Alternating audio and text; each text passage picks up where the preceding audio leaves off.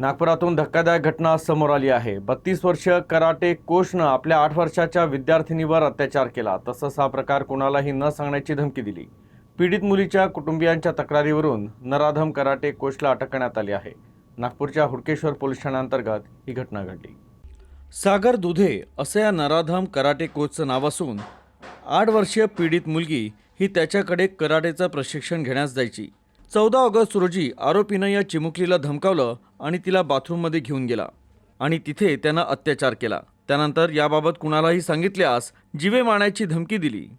या सर्व प्रकारानं ही 8 वर्षीय चिमुकली घाबरली आणि तिनं आपल्या आईवडिलांना सर्व आपबीती सांगितली। संतप्त झालेल्या पालकांनी तत्काळ हुडकेश्वर पोलीस ठाणा गाठून तक्रार नोंदवली। प्रकरणाचं गांभीर्य पाहता पोलिसांनी तत्काळ सागर दुधेला अटक केली।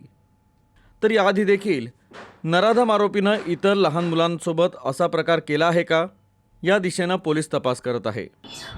जी पीडित मुलगी आहे, जी 8 वर्षाची होती, ती कराटे क्लासला घटनास्थळी जात होती आणि कराटे क्लासचे जे कोच होते त्यांचं नाव आहे सागर प्रभाकर दुधे, वय 32 वर्ष, राहणार रमणा मारुती नगर, नंदनवन।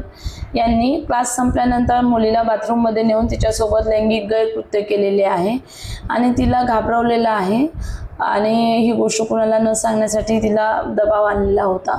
तेव्हा ती घाबरून घरी गेल्यानंतर रडत तिने तिच्या आईवडिलांना सांगितलं की तिच्यासोबत असं त्या कोचने केलेलं आहे। त्यानंतर त्वरित त्याच्या आईवडिलांनी पोलिसांशी संपर्क साधला। मी स्वतः तिथे गेली आणि आरोपीचं लोकेशन काढून आरोपीला ताब्यात आम्ही घेतलं।